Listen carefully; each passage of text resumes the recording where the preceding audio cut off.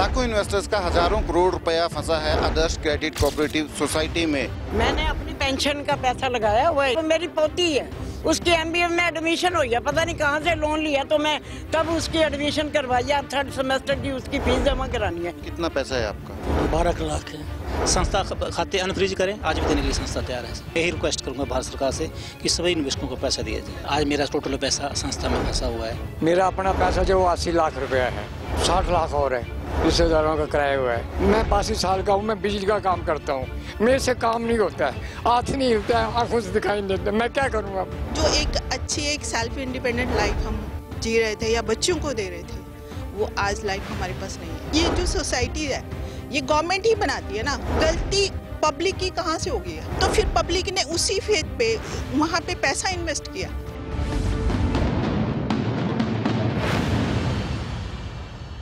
लाखों इन्वेस्टर्स का हजारों करोड़ रुपया फंसा है आदर्श क्रेडिट कोऑपरेटिव सोसाइटी में। उसके जो ऑफिसर्स हैं उनको गिरफ्तार किया गया है। कथित जो हेरा फेरी जो धांधली है क्रेडिट कोऑपरेटिव सोसाइटी में, उसके जुर्म में। और अब जब लिक्विडेशन की प्रोसेस जो है केंद्र सरकार ने शुरू की है, 4 साल हो गए हैं, ये जो इन्वेस्टर्स हैं ये दर दर भटक रहे हैं अपना पैसा जो है वापस पाने के लिए। और इनके परिवारों पर क्या बीतती है, ये कैसे इन्होंने ये पैसा जो है इकट्ठा किया था, किससे लिया, किन लोगों से लिया, और अब इन पर क्या बीत रही है, कुछ इन्वेस्टर्स से हम बात करेंगे। इस सारे जो उनकी व्यथा है उसको समझने की कोशिश करेंगे। पहले बुजुर्ग महिला हैं हमारे साथ, उनसे बात करेंगे कि आपका क्या नाम है? मेरा नाम है धनवंती अरोड़ा। कितनी उम्र है आपकी? मेरी अपना 72। मैंने अपनी पेंशन का पैसा लगाया हुआ है। आप क्या काम करते थे? मेरा सिविल में काम था। अच्छा। पंजाब पुलिस में सिविल का काम था। अच्छा, पंजाब पुलिस में सिविल। मैं सुप्रीडेंट रिटायर हुई हूँ 3/4/2009 को। अच्छा। हाँ जी। तो कितना पैसा है आपका अभी इसमें? 9 लाख है लगा हुआ। ठीक है। हाँ। तो आपने ये जो पैसा है आपका, आपके आगे कोई आप खुद ही काम इन्वेस्ट किया था या आपके कोई आगे? हमारा अपना ही है, एक आधा कोई बंदा है जिसके 50,000 है, बाकी सारा हमारा अपना। मेरे पोते पोती, बेटे बहुएं, बेटी दामाद, मेरे हस्बैंड का, हमारा सब अपने नाम पे है। ठीक है। सारा। तो ये आपके कोई एफडी है, ऐसे कोई शेयर्स हैं।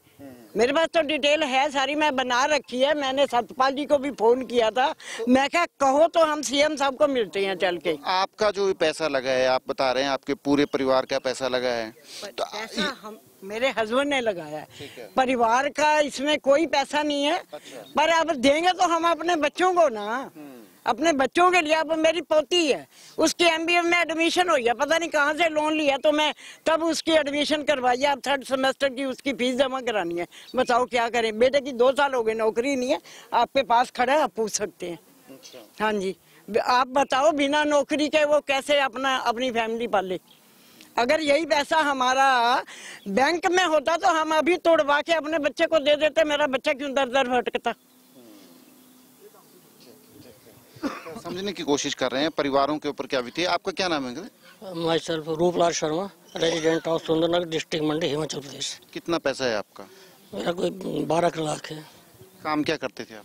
I am retired superintendent from HP forest department. अच्छा। तो 12 लाख रुपए है आपका। तो अभी आपने क्या सोच के इन्वेस्ट किया था, और अभी आपका जो ये पैसा है ना, आपको पैसे की तंगी जो है इसकी वजह से होती है? कुछ परिवार में कोई फाइनेंशियल तंगी तो नेचुरली होती है। हमने सारा जो बचती वहीं लगा दी है। हमें तो इस उम्र में लोन भी नहीं मिलता है। बैंक वाले इनकार कर देते हैं कि आपको लोन नहीं मिलेगा, तो हम कहाँ से लेंगे पैसा? तो परिवार में और कौन कौन है आपके? 2 बेटी हैं, वो ब्याहती है, एक घरवाली है। ठीक है। तो 12 लाख रुपए आपका फंसा है ना? 12 लाख आप अगर मान लो 12 लाख रुपया आपका अभी आपको मिलता है ना, आपके कुछ दिमाग में कुछ चीजें होंगी जो आपकी इस पैसे की किल्लत की वजह से जो है छूट गई हैं, जो आप कर नहीं पाए हैं। हाँ, काफी है। अभी मकान की रिपेयर के लिए 5-6 साल हो गए, खंडहर बन गया है वो, मैंने उसको ठीक कर पाया। हमें तो मोदी सरकार से बड़ी थी कि चाय बेचने वाला आया है, हमारी सुनेगा, इसने तो हमारा बेड़ा गर्क कर दिया। दूसरे अपने मन की बात तो दूसरों को सुनाता है, लेकिन हमारे मन की बात नहीं सुनता है। पता नहीं कैसा प्राइम मिनिस्टर मिला है हमें। अब दूसरी सबसे बड़ी बात यह है कि जो बैंक में घोटाला होता है तो उसको दबा देते हैं। यस बैंक में 60,000 करोड़ से ऊपर का घोटाला हुआ, वहाँ कोई नहीं। अब अदर्स के ऊपर 4-5 जांच एजेंसियां लगा दी। अभी तक 4 साल में अगर लिक्विडेशन में डालना भी था तो इतने लोगों से पैसा तंगा तो उसके लिए टाइम फिक्स होना चाहिए था। वो टाइम फिक्स कोई नहीं। भी तो जेल में डाला है सर, बट उनको डाल दिया। एक मिनट, क्या नाम क्या है आपका? मेरा सर नाम घनश्याम आर्या है और सर मेरा खुद के थ्रू मेरा इन्वेस्टमेंट है जो मेरे क्लाइंटों का सर वो 3 करोड़ से ज्यादा है। 3 करोड़? Yes sir. और हम लोग इतना ट्रबल है सर, इतना परेशान है, हमारी क्लाइंट्स इतने फ़ोन करते हैं कि भाई आप हमारे पैसे कब दिलवाओगे। हम सर रात को नींद नहीं आती सर, अब क्या बताएं सर आपको, मतलब इतनी प्रॉब्लम हो रही है। हम इतना मतलब पिछले 4 सालों से मैं सर ट्रबल हो रहा हूँ। मैं LIC का एजेंट भी हूँ, साथ में LIC में पिछले 4 सालों से अच्छे से काम नहीं कर पा रहा हूँ सर, क्योंकि मेरा पैसा यहाँ पे काफ़ी लगा हुआ सर क्लाइंटों का, और हम इसकी वजह से ज़्यादा परेशान है सर। हम यही गवर्नमेंट से ही करते हैं कि भी गवर्नमेंट जल्दी से जल्दी हमारे पैसे, हमारे क्लाइंटों के पैसे दिलवाए। तो आपको क्या परेशानी क्या आ रही है अब इस सारा पैसे की वजह से? पैसे नहीं आ रही कि सर हम कंपनी को देख के अच्छी मतलब वो देख के हमने इन्वेस्टमेंट करवाया। अब जो हम, क्योंकि मैं LIC एजेंट हूँ सर, मेरे को 18 साल हो गए, जो हमारे पुराने क्लाइंट है उन्हीं के पैसे हमने लगवाया सर, मैक्सिमम पैसा उनका लगा हुआ सर। कहीं ना कहीं उन्होंने हमारे फेस वैल्यू को देखते हुए और कंपनी की फेस वैल्यू को देखते हुए उन्होंने इन्वेस्टमेंट किया। अब सर उनके भी बच्चे बड़े हो रहे हैं, उनकी नीड है सर, उनकी किसी ने घर बनाना है, किसी ने बच्चे की शादी करनी है, उनका तो पूरी कमाई, उनकी उम्र की पूरी कमाई, उनकी पूरे लाइफ की कमाई, उनके पैसे यहाँ पे इन्वेस्ट करवा दिए हमने। अब उनका तो पैसा यहाँ डूबा हुआ सर, तो उनको तो कहीं ना कहीं तो स्टक हो रहा ना सर।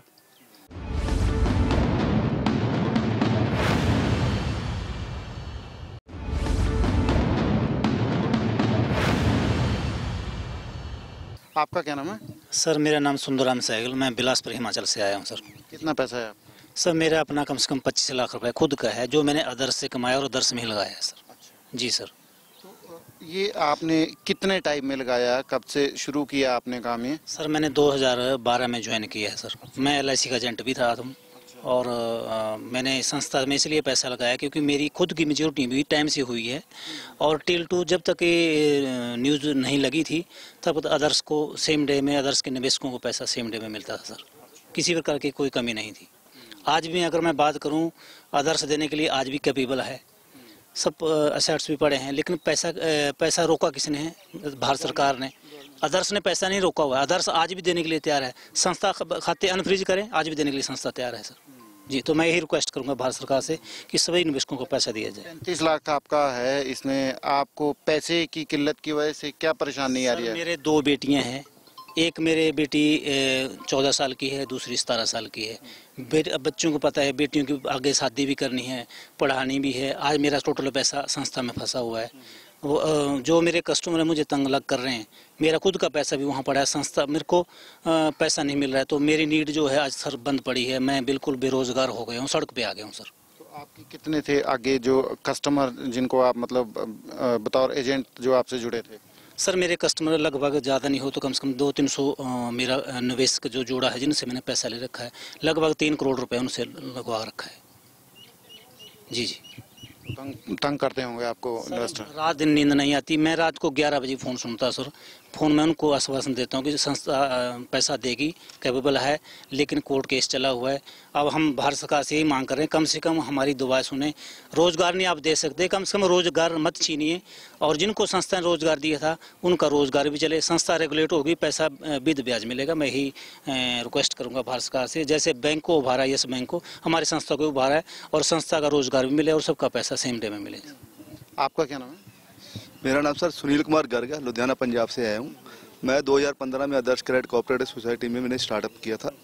अब जैसे कि अच्छे तरीके से काम चल रहा था सैप के द्वारा। जैसे सैप जो है पंजाब से इलेक्ट्रिक पावर कॉरपोरेशन जो बिजली बोर्ड के द्वारा यूज़ किया जाता है, स्टेट बैंक ऑफ इंडिया की तरफ से यूज़ किया जाता है, ऐसे ही ये सिस्टम जो चल रहा था सैप का आदर्श क्रेडिट कोऑपरेटिव सोसाइटी के द्वारा चल रहा था।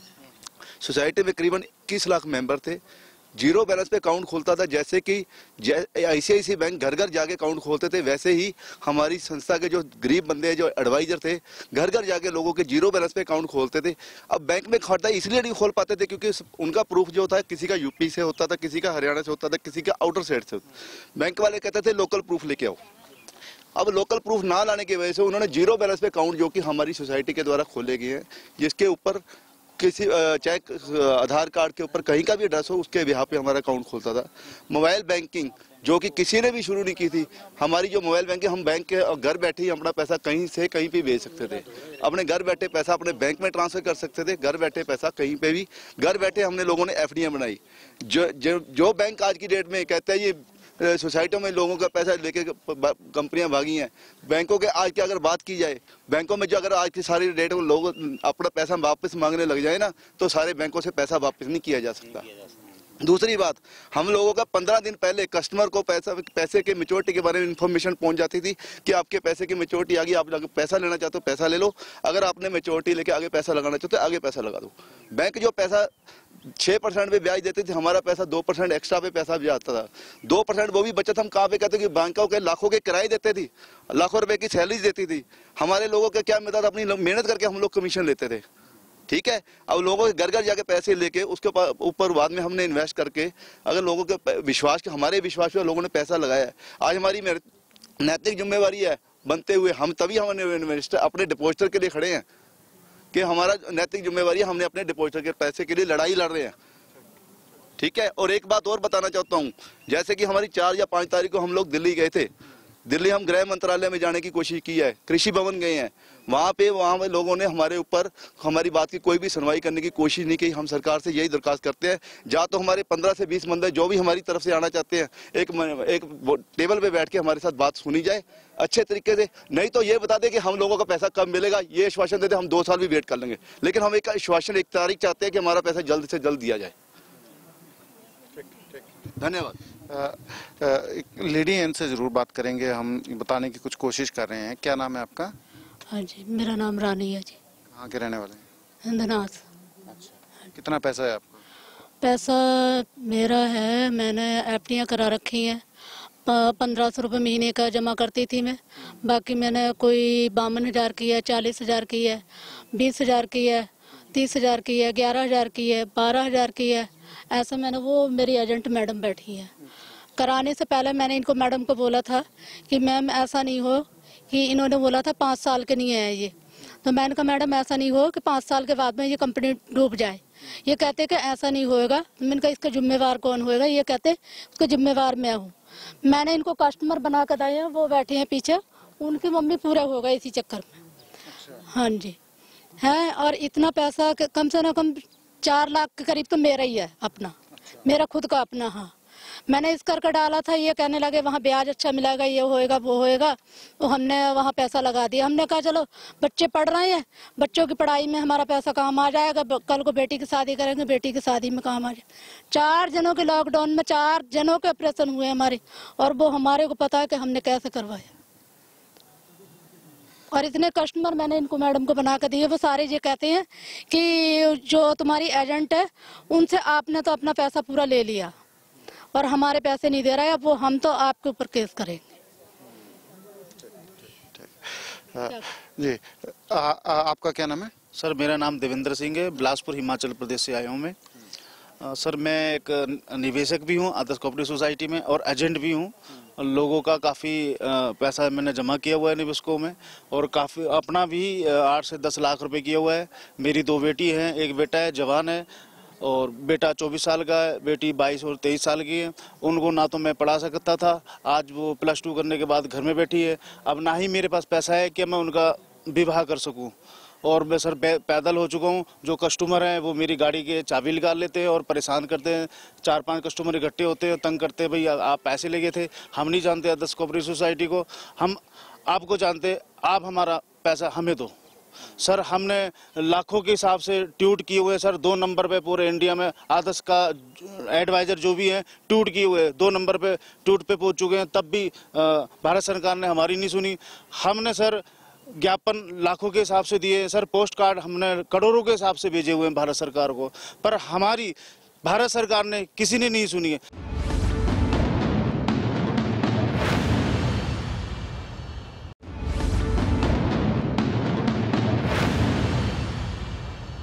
आपका नाम क्या है? सर मेरा नाम मिथिलेश आर्य है और मैं 3 साल मैंने आदर्श के साथ काम किया। ऐसे तो मैं एज ए इन्वेस्टर ही जुड़ी थी, बट वहाँ एक रूल था कि आप इन्वेस्टर के साथ साथ आप एडवाइज़र भी बन सकते हो, उसमें एक कमीशन का लालच होता था। तो मैंने मेरी अपनी जो इन्वेस्टमेंट है वो 25 लाख थी, बाकी मेरे एक दो फ्रेंड, जब मुझे अच्छा लगा कि रेट ऑफ इंटरेस्ट अच्छा है, वहाँ पे सर्विस अच्छी है, तो मैंने अपने एक दो फ्रेंड को भी इन्वेस्ट करा दिया वहाँ पे। तो टोटल मिला के 35 के आसपास मेरी इन्वेस्टमेंट है वहाँ पे। तो वो एक्चुअली बेसिकली काम क्या करते हैं आप? मैं LIC में काम करती थी, मैंने 10 साल LIC में काम किया। तो वहाँ से जो भी मेरी मेजोरिटी आई या एक घर में जो भी मेरे मम्मी वगैरह से जो भी थोड़ा बहुत मेरे को गिफ्ट मिला था, वो सारा इकट्ठा करके मैंने आदर्श में डाल दिया, इस पर्पज़ से कि मेरी बेटी की शादी होगी तो उसके लिए मेरा यूज़ हो जाएगा। मेरा छोटा बेटा है, वो अंडर स्टडी है, भी उसकी स्टडी के लिए कुछ काम हो जाएगा।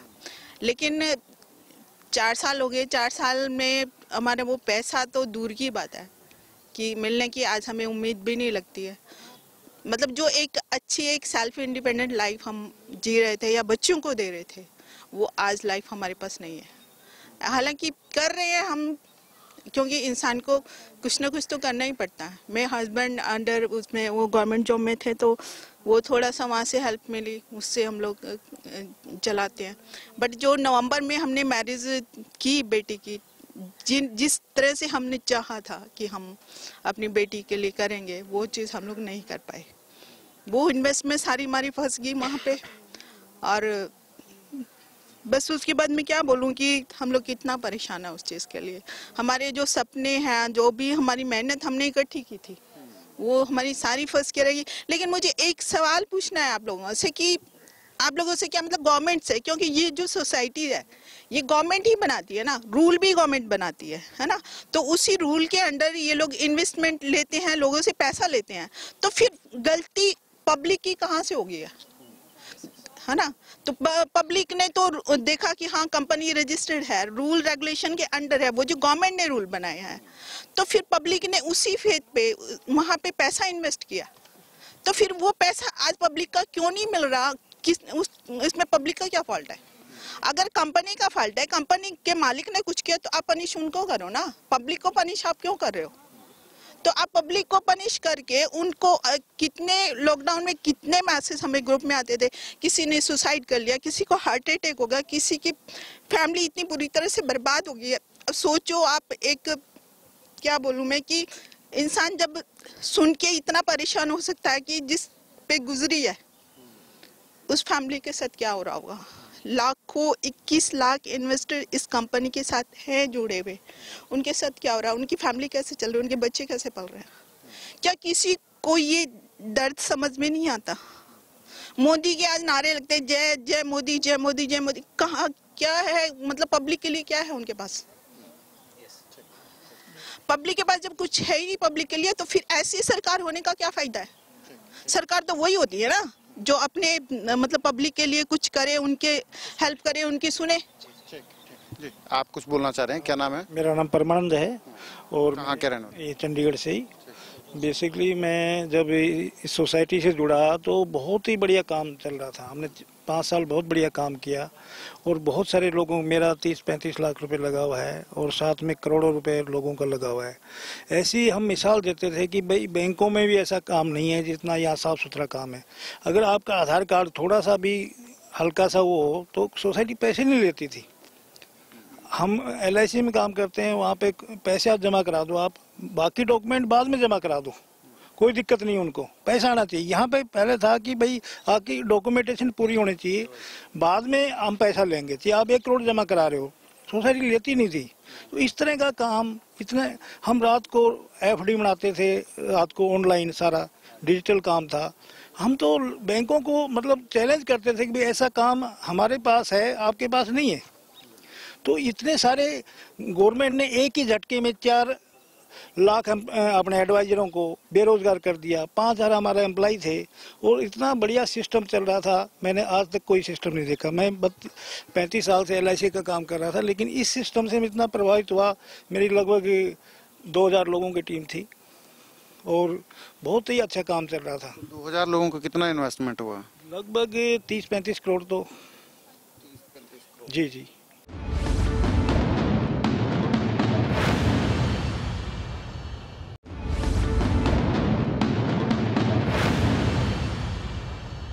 ये लिक्विडेटर जो है गलत लगाया है। लिक्विडेटर तभी लगाया जाता है अगर संस्था 4 सालों से घाटे में चल रही हो। आदर्श सोसाइटी फायदे में थी, तो इसके लिए नहीं होता। दूसरे अभी श्रीलंका को 7-7.5 हजार करोड़ का उन्हें लोन दे दिया, हेल्प कर दी, लेकिन जो यहाँ इंडियन जो भूखे मर रहे हैं उनकी कुछ चिंता ही नहीं है। जी, आप कुछ बोलना चाह रहे हैं? क्या नाम है? मेरा नाम परवेज है, हिमाचल से मैं बिलोंग करता हूँ। 2012 से इस संस्था में जुड़ा हूँ और मैंने सर सारी मान्यता को देखते हुए, भारत सरकार की जो मान्यता थी उसको देखते हुए लोगों को इन्वेस्ट करा हुआ है। कम से कम 1.5 करोड़ मैंने अपने हाथों से जमा कराया हुआ है। अपना मेरा कम से कम 15 लाख जमा हुआ है। आज सर दर की ठोकरें खानी पड़ रही है अपने पैसे के लिए। मेरी भारत सरकार से यही गुजारिश है कि सर हमारा पैसा दिलाया जाए और लाखों लोगों की आपकी दुआएं लगेंगी अगर ये पैसा लोगों को मिल जाता है। और आपका न्यूज़ चैनल का मैं धन्यवाद करता हूँ जिन्होंने हमारी आवाज़ को सुना है। तो जी सत श्री अकाल, बोलना चाह रहे हैं आप कुछ? हाँ जी, सत श्री अकाल जी। तो मेरा नाम तेजपाल सिंह है, मैं पंजाब से बिलोंग करता है। सो इस कोऑपरेटिव सोसाइटी में हमने भी 3-4 साल काम किया। सो 50 लाख के ऊपर रुपया असी इन्वेस्ट किया है इसमें। पर मैं एक सेंट्रल गवर्नमेंट से मैं एक ये बात ज़रूर पहुँचानी चाहता हूँ मोदी जी से या सारी जो सेंटर की टीम है उनसे, कि कहते हैं कि अच्छे दिन आएंगे पर हमारे तो बुरे दिन आ गए।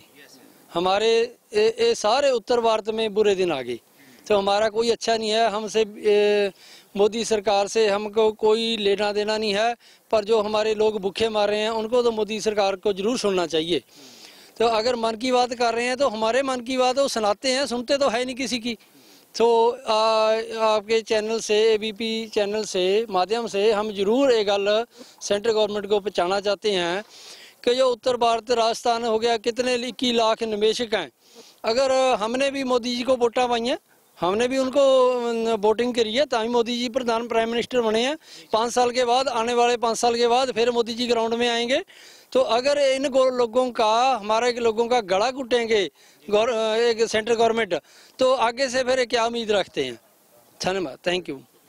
तो इन्वेस्टर जो हैं बस यही सवाल पूछ रहे हैं कि इसमें गलती उनकी कहाँ है। जो लाखों करोड़ों रुपया इन लोगों का फंसा है आदर्श क्रेडिट कोऑपरेटिव सोसाइटी में, मांग कर रहे हैं कि पैसा जो है इनको वापस दिया जाए, क्योंकि परिवार पालना और बच्चों की पढ़ाई, परिवार का खर्चा, घर में बेटों की शादियां करना जो है इन लोगों के लिए बहुत मुश्किल हो रहा है। ओवरऑल ये लोग चाह रहे हैं कि पैसा जो है इन लोगों का, जो इनकी मेहनत की कमाई है, वो इनको वापस मिलनी चाहिए। कैमरा पर्सन वेदराम के साथ सचिन कुमार, BP न्यूज़, चंडीगढ़।